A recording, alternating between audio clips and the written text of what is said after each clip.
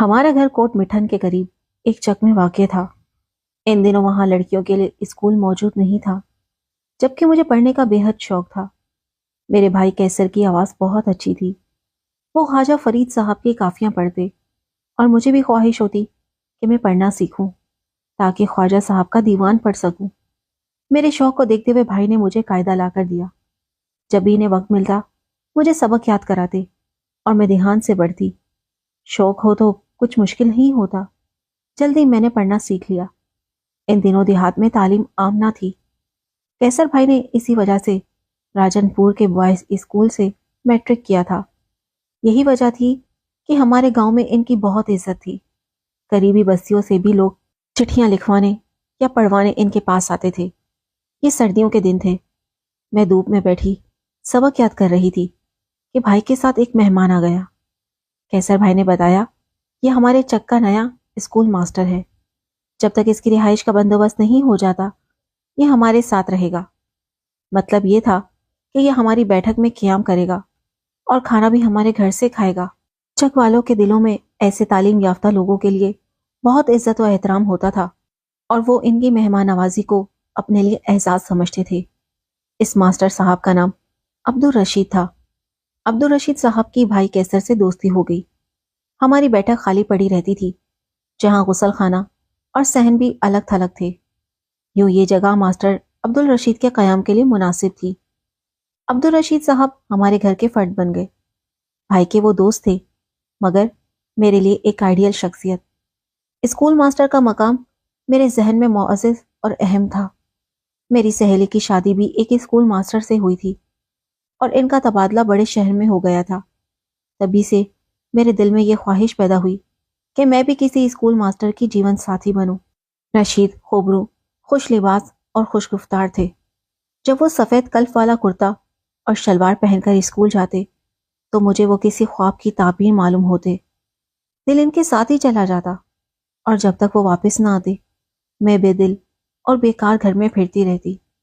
میں نے تیزی سے چوتھی جماعت کی اردو کی کتاب ختم کر لی اور 5ویں کا کورس شروع کر دیا۔ بورڈ کے امتحان کی تیاری کے لیے کیسر بھائی نے ابو سے اجازت لی کہ شام کے وقت عبدالرشید مجھے پڑھا دیا کریں گے۔ والد صاحب نے نہ چاہتے ہوئے بھی اجازت دے دی کیونکہ انہیں عبدالرشید پر بھروسہ تھا۔ رفتہ رفتہ ہماری خاموش محبت گہری ہونے لگی۔ یہ محبت پاکیزہ تھی جس میں بری نیت کو دخل نہ تھا۔ عبدالرشید مجھے نیک نیتی سے اپنانا چاہتے تھے اور میں بھی والدین کی رضا کے ساتھ ان کی بننا چاہتی تھی، مگر ہماری راہ میں سب سے بڑی رکاوٹ بھائی کیسر تھے۔ وہ بے حد جذباتی تھے اور میری محبت کے معاملے میں ان کے جذبات نازک تھے۔ ان کی غیرت کا خوف مجھ پر ہمیشہ طاری رہتا۔ 5ویں جماعت کا امتحان پاس کرنے کے بعد میں نے 6ٹھی جماعت کی کتابیں منگوائیں۔ اسی دوران ایک دن انکشاف ہوا کہ بھائی میرے ماموں کے بیٹے کے ساتھ میری بات پکی کرائے ہیں۔ یہ وہی ماموں تھے جن کی بیٹی کیسر بھائی کی منگیتر تھی۔ عبدالرشید کو یہ بات بتائی تو وہ پریشان ہو گئے۔ بھائی سے کچھ کہنے کی ان میں ہمت نہ تھی۔ انہی دنوں والد صاحب کو سانپ نے کاٹ لیا۔ بھائی کیسر اور عبدالرشید انہیں فوری طور پر اسپتال لے گئے، مگر وہ جانبر نہ ہو سکے۔ والد کی وفات کے 3 ماہ بعد میری شادی کی تاریخ طے ہو گئی۔ میرے ہونے والے شوہر عمر میں مجھ سے 30 سال بڑے اور پہلے سے شادی شدہ تھے۔ وہ اولاد نہ ہونے کی وجہ سے دوسری شادی کر رہے تھے۔ یہ رشتہ وٹے سٹے کے تحت طے ہوا تھا۔ ابا ہوتے تو شاید میری قسمت یوں نہ پھوٹتی۔ اماں بھی اس رشتے کے حق میں نہ تھیں، مگر بھائی کیسر کی محبت کے آگے بے بس تھی۔ جو شادی کے دن قریب آتے جا رہے تھے میرا دم گھٹتا جا رہا تھا۔ سمجھ نہیں آ رہا تھا کہ کس طرح بیٹھک میں عبدالرشید کو پیغام بھجواؤں، کیونکہ اب میں نے اسے پڑھنا بند کر دیا تھا۔ ایک دن بیٹھے بیٹھے ذہن میں ترکیب آئی، کیوں نہ بھاگے کو اپنا پیام رساں بنا لوں۔ بھاگا ہمارا پالتو کتا تھا اور عبدالرشید سے بھی مانوس تھا، کیونکہ عبدالرشید کی عادت تھی کہ کھانے کے وقت بھاگے کو کچھ نوالے ڈال دیتا۔ آج دوپہر میں نے عبدالرشید کے کھانے کے ساتھ بھاگے کے گلے میں ایک پرچہ دھاگے سے باندھ دیا۔ ملازمہ نے عبدالرشید کو کھانا پہنچایا اور بھاگے کی خوشبو نے اسے بھی وہاں پہنچا دیا۔ میں صحن میں ٹہلتے ہوئے کتے کی واپسی کا انتظار کرنے لگی۔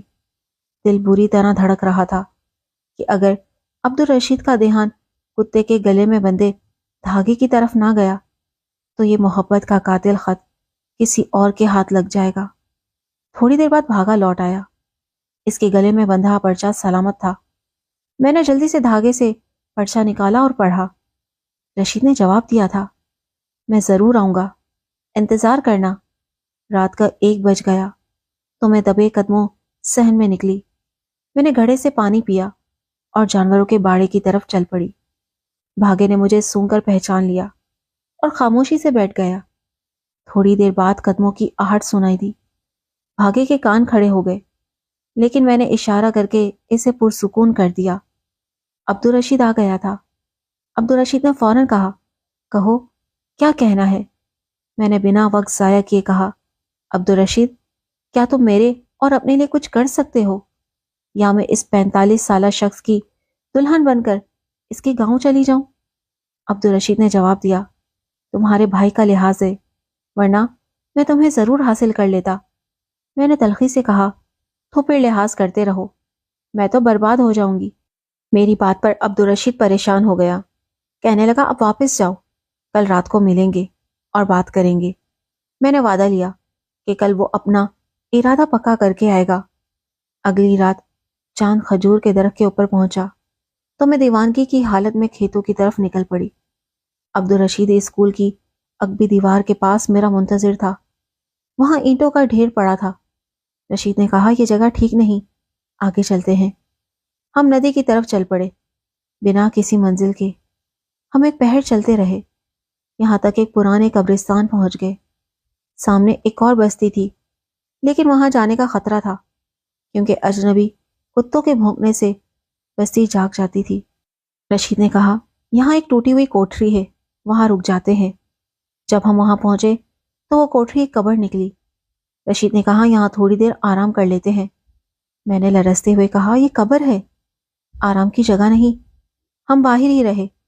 خوب پھوٹنے لگی تو رشید نے کہا، مجھے اسکول وقت پر پہنچنا ہے، ورنہ سب کو پتہ چل جائے گا کہ ہم ساتھ غائب تھے۔ میں نے بے بسی سے کہا، اور میں کیسے واپس جاؤں؟ تم اس گڑھے میں بیٹھ جاؤ، میں اسکول کی چھٹی کے بعد یہاں آ کر تم سے ملوں گا۔ مجھے اپنے کانوں پر یقین نہ آ رہا تھا کہ عبدالرشید کیا کہہ رہا ہے، مگر وہ مصر تھا کہ وہ صحیح کہہ رہا ہے، اور اس کے سوا کوئی دوسرا راستہ نہیں ہے۔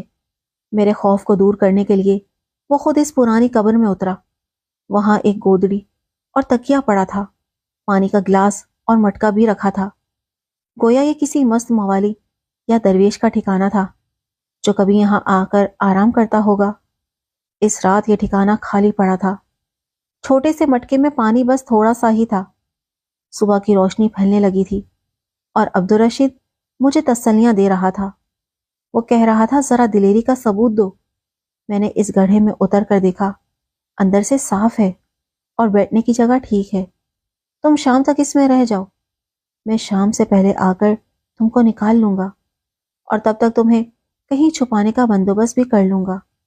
میرے لیے اس کی سوا کیا چارہ تھا؟ زندہ قبر میں اتر جانا۔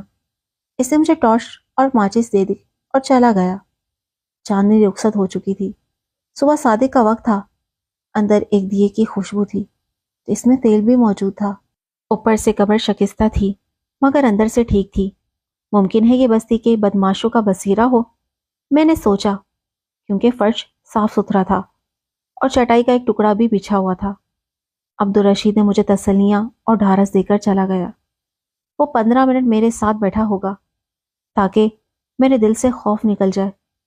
قبر میں ابھی تک اندھیرا تھا اور میں بے حد خوف زدہ تھی۔ اگر کسی اور وقت میں ہوتا تو میں مر جانا پسند کرتی، لیکن یہاں ایک لمحہ بھی رہنا پسند نہیں کر رہی تھی۔ محبت کا یہ بھوت جو انسان کو جیتے جی قبر میں اتار دیتا ہے، بہت عجیب تھا۔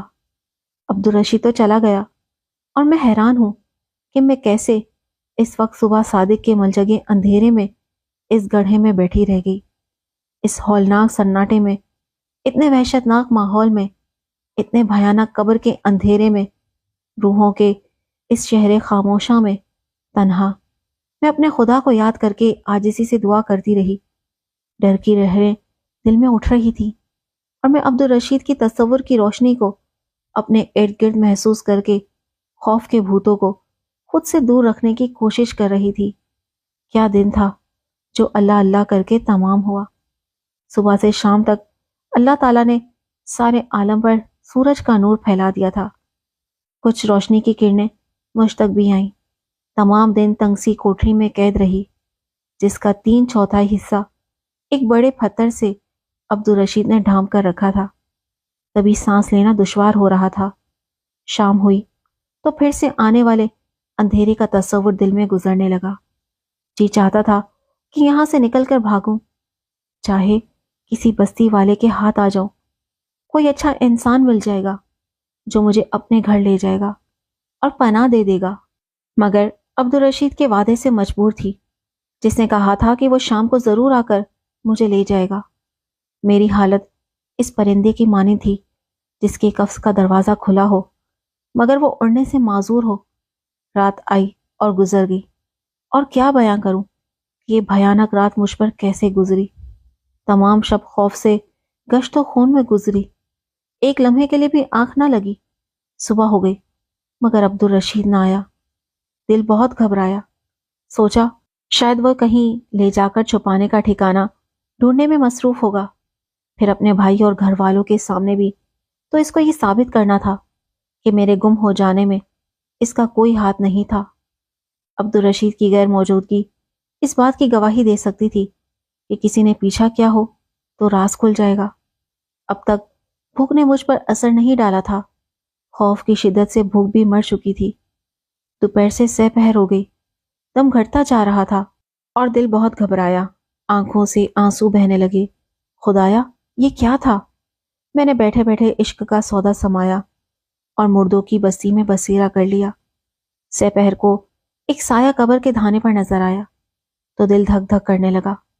ہلکی سی قدموں کی آہٹ ہوئی، دل تھام لیا۔ عبدالرشید ہولے سے بولا، میں آ گیا ہوں۔ وہ قبر میں اترا اور مجھے ہوش آیا۔ انتظار کا وقت ختم ہوا۔ عبدالرشید میرے لیے کھانا اور پانی لایا تھا۔ ہم نے ساتھ کھانا کھایا، پھر میں چلنے کو تیار ہو گئی۔ اس نے ہاتھ جوڑ کر کہا، خدا را، آج کا دن اور ٹھہر جاؤ۔ وہاں گھر اور چک میں تمہارے غائب ہونے سے گہراں برپا ہے۔ تیرے بھائی بہت غضبناک ہیں۔ ابھی تک مجھ پر شک نہیں کیا کیونکہ میں وہاں موجود ہوں۔ اس کے دل میں میرا اعتبار بیٹھ جانے دو۔ اگلے 1-2 دن میں ہم نکل چلیں گے۔ ابھی تک تمہارے ٹھہرنے کا انتظام بھی نہیں کر پایا۔ مرتی کیا نہ کرتی۔ میں سر پکڑ کر بیٹھ گئی۔ سنتے تھے کہ قبروں میں سانپ بچھو ہوتے ہیں، لیکن یہاں سانپ بچھو نہیں تھے۔ ہاں، مگر اس لمحے مجھ پر سانپ بچھو بن کر حملہ کر رہے تھے۔ اب اور کیا کہوں؟ قصہ مختصر، اسی طرح دلاسوں پر 15 دن اس قبر میں زندہ دفن رہی۔ کسی رات موقع نکال کر وہ میرے پاس ٹھہر جاتا اور مجھ کو باہر ٹہلانے لے جاتا۔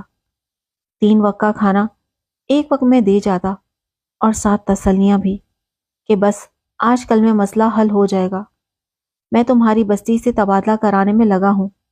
یہ تو شکر کہ اب تک کوئی اس ٹوٹی قبر کا وارث اور سابقہ مکین نہ آیا تھا۔ چھوٹی بستیوں میں قبرستان کے لیے زمین بھی تنگ نہیں ہوتی، لہٰذا لوگ نئی جگہ قبریں کھود لیتے ہیں اور اپنے مرنے والے پیاروں کو ٹوٹی ہوئی قبروں میں دفنانے کے بارے میں نہیں سوچتے۔ لہٰذا اس طرف جہاں میں تھی کسی کا دھیان نہیں گیا تھا۔ عبدالرشید بزدل تو مجھ کو اس قبر سے نہ نکال سکا، مگر ایک اور شخص وسیلہ بن گیا اس زندہ عذاب سے چھٹکارے کا۔ ایک روز صبح کاذب کے وقت کسی ضرورت سے میں قبر سے نکلی تو گشت پر نکلے ایک سپاہی کی نظر مجھ پر پڑ گئی۔ وہ سرکاری کام سے جا رہا تھا۔ ادھر سے گزرا تو اس نے مجھ کو گڑھے سے نکلتے دیکھ لیا اور اپنی سائیکل کا رخ رستے سے میری جانب موڑ لیا اور آ گھیر لیا۔ میری تو حالت بری تھی، کب سے نہائی نہ تھی، ہاتھ پاؤں بھی مٹی مٹی ہو رہے تھے۔ اگرچہ عبدالرشید نے بالٹی، لوٹے اور پانی کا انتظام کر دیا تھا، پھر بھی قبر تو قبر ہی ہوتی ہے۔ وہ بولا، تو عورت ہے کہ ڈائن جو قبروں میں گھستی پھرتی ہے؟ تبھی میں پھوٹ پھوٹ کر رونے لگی۔ سارا قصہ ہچکیوں میں کہہ سنایا۔ وہ بھلا مانس تھا، اس کو مجھ پر ترس آ گیا۔ بولا، لعنت بھیج اس مردود پر، وہ مرد نہیں، کوئی مردہ ہے۔ عورت کے ساتھ شادی اس طرح نہیں کرتے۔ تو اب نکل ادھر سے اور چل میرے ساتھ۔ میں نے کہا ہاں میں چلتی ہوں اور بھروسہ کرتی ہوں، لیکن مجھ کو تھانے مت لے جانا۔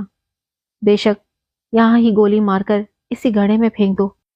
رسوائی کے ساتھ اپنوں کا سامنا کرنے کا حوصلہ نہیں ہے مجھ میں نے کچھ ایسی بے بسی سے منت کی کہ اس نے مجھ پر ترس کھایا اور مجھے تھانے لے جانے کے بجائے گھر لے گیا۔ وہ اکیلا رہتا تھا، اس کی بیوی مر چکی تھی اور 2 چھوٹے بچے جن کو پالنے والا کوئی نہ تھا۔ وہ یتیم خانے جیسے ایک ادارے میں تھے۔ بچوں کا وہ ادارے والوں کو خرچہ دیتا تھا، مگر چاہتا تھا کہ ان بچوں کو کوئی ماں مل جائے جو ان کو پال لے۔ اس نے مجھ سے وعدہ لیا کہ تم میرے بچوں کو ماں کا پیار دینا، میں تم سے نکاح پر تیار ہوں۔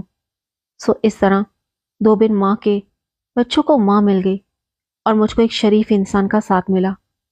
ایک گھر کی چھت اور عزت کی زندگی مل گئی۔ اس نے مجھ کو پناہ دی، مجھ سے نکاح کیا اور میں نے اس کے بچوں کو ممتا کا پیار دیا۔ اس کے بعد میں کبھی عبدالرشید کا خیال ذہن میں نہ لائی جس نے مجھ کو زندہ قبر میں اتار دیا تھا۔ سچ شکر کہ احسان مجھ کو ملا۔ وہ ایک پولیس والا ضرور ہے، مگر برا پولیس والا ہرگز نہیں ہے۔